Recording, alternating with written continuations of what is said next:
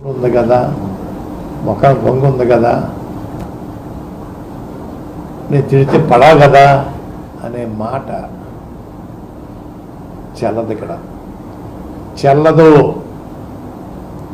తొందరలో మీ పార్టీ కూడా ప్యాకప్ చేసుకోవడానికి రెడీ చేసుకోండి. పెట్టాపని తన్ని తరివేస్తారు. మిమ్మల్ని తన్ని తరవకపోతే ప్రజలు అంతా చెప్పాను మీకు. నా పేరు పద్మనాభరెడ్డి, మార్చుకుంటాను. పద్మనాభం కాదు, ముద్దరగడ పద్మనాభరెడ్డిగా మార్చుకుంటాను ఇక్కడి నుంచి తరవకపోతే అని చెప్పి సంబోధిస్తూ 2014లో జరిగిన ఉద్యమం కింద మాట్లాడుతూ ఉన్నారు. 2014 జరిగిందా ఉద్యమం, 2016 అన్నయ్య. అంటే అవగాహన లోపం ఎంత ఉందో దాన్ని బట్టి అర్థం. వారి పక్కన వారి అభ్యర్థి, ఉమ్మడి అభ్యర్థి నెహ్రూ గారు ఉన్నారు. నెహ్రూ గారు అనేది తెలుసుకోవాలా. ఈ రైలు సంఘటన పూర్తిగా వైసీపీ వాళ్ళు చేయించారని చెప్పేసి అభియోగం మోపుతూ ఉన్నారు పవన్ కళ్యాణ్ గారు. ఆ రోజు ఆ వైసీపీలో మీ పక్కన నెహ్రూ గారు ఉన్నారండి. వారిని అడిగి తెలుసుకోవాలా. తెలుసుకోకుండా ఇప్పుడు 2014 తెలిసిపోయిందంట రైలు తగలబెడతారని. అయ్యా, బహుశా వాళ్ళ గురువు గారు చంద్రబాబు నాయుడు చెప్పుకుంటారు. ఉంది కదా, ముఖం పొంగు ఉంది కదా,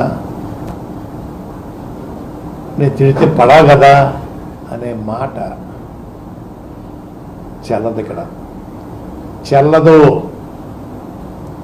తొందరలో మీ పార్టీ కూడా ప్యాకప్ చేసుకోవడానికి రెడీ చేసుకోండి. పెట్టాపని తన్ని తరివేస్తారు. మిమ్మల్ని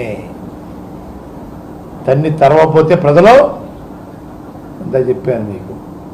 నా పేరు పద్మనాభరెడ్డి, మార్చుకుంటాను. పద్మనాభం కాదు, ముద్దరగడ పద్మనాభరెడ్డిగా మార్చుకుంటాను ఇక్కడి నుంచి తరవకపోతే అని చెప్పి సంబోధిస్తూ 2014లో జరిగిన ఉద్యమం కింద మాట్లాడుతూ ఉన్నారు. 2014 జరిగిందా ఉద్యమం, 2016 అన్నయ్య. అంటే అవగాహన లోపం ఎంత ఉందో దాన్ని బట్టి అర్థం. వారి పక్కన వారి అభ్యర్థి, ఉమ్మడి అభ్యర్థి నెహ్రూ గారు ఉన్నారు. నెహ్రూ గారు అనేది తెలుసుకోవాలా.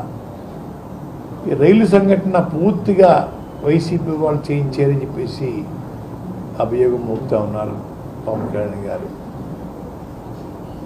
ఆ రోజు ఆ వైసీపీలో మీ పక్కన నెహ్రూ గారు ఉన్నారండి.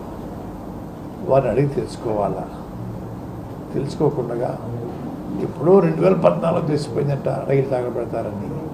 అయ్యా, బహుశా వాళ్ళ గురువు గారు చంద్రబాబు నాయుడు చెప్పుకుంటారు.